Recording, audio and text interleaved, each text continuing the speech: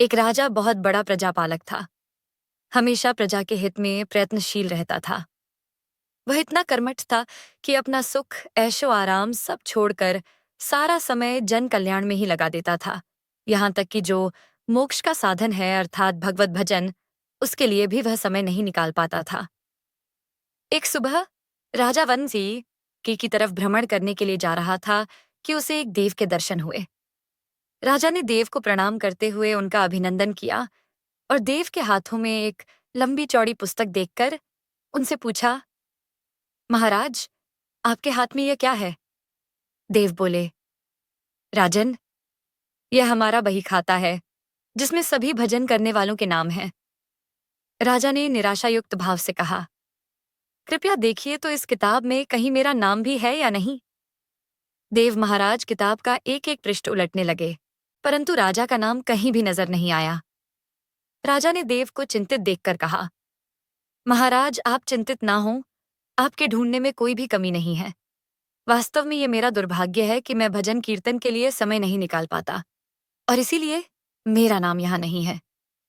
उस दिन राजा के मन में आत्मग्लानि सी उत्पन्न हुई, लेकिन इसके बावजूद उन्होंने इसे नजरअंदाज कर दिया और पुनः परोपकार की भावना लिए दूसरों की सेवा करने में लग गए।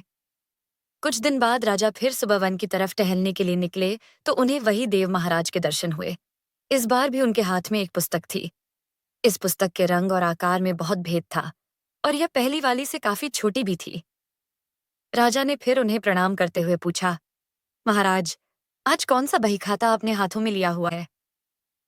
देव ने कहा, राजन, आज के बहीखाते में उन लोगों का नाम लिखा है जो ईश्वर को सबसे अधिक प्रिय हैं।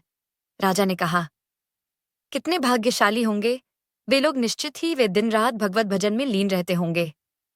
क्या इस पुस्तक में कोई मेरे राज्य का भी नागरिक है? देव महाराज ने बही खाता खोला और ये क्या, पहले पन्ने पर पहला नाम राजा का ही था। राजा ने आश्चर्यचकित होकर पूछा, महाराज, मेरा नाम इसमें कैसे लिखा हुआ है? मैं तो मंदिर भी कभी कभार ही जाता हूं। देव ने कहा, राजन, इसमें आश्चर्य की क्या बात है? जो लोग निष्काम होकर संसार की सेवा करते हैं, जो लोग संसार के उपकार में अपना जीवन अर्पण करते हैं, जो लोग मुक्ति का लोभ भी त्याग कर प्रभु के निर्बल संतानों की सेवा सहायता में अपना योगदान देते हैं, उन त्यागी महापुरुषों का भजन स्वयं ईश्वर करता है। ऐ राजन, तू मत पछता कि तू पूजा पाठ नहीं करता। लोगों की सेवा कर, तू असल में भगवान की ही पूजा करता है। परोपकार और निस्वार्थ लोक सेवा किसी भी उपासना से बढ़कर हैं। देव ने वेदों का उदाहरण देते हुए कहा, कुर्वन्ने वह कर्माणि जिजी विशेच्छनम समा एवांत्वाप नान्यतोऽस्ति वह कर्म लिप्यते नरे। अर्थात कर्म करते हुए 100 वर्ष जीने की इच्छा करो तो कर्म बंधन में लिप्त हो जाओगे।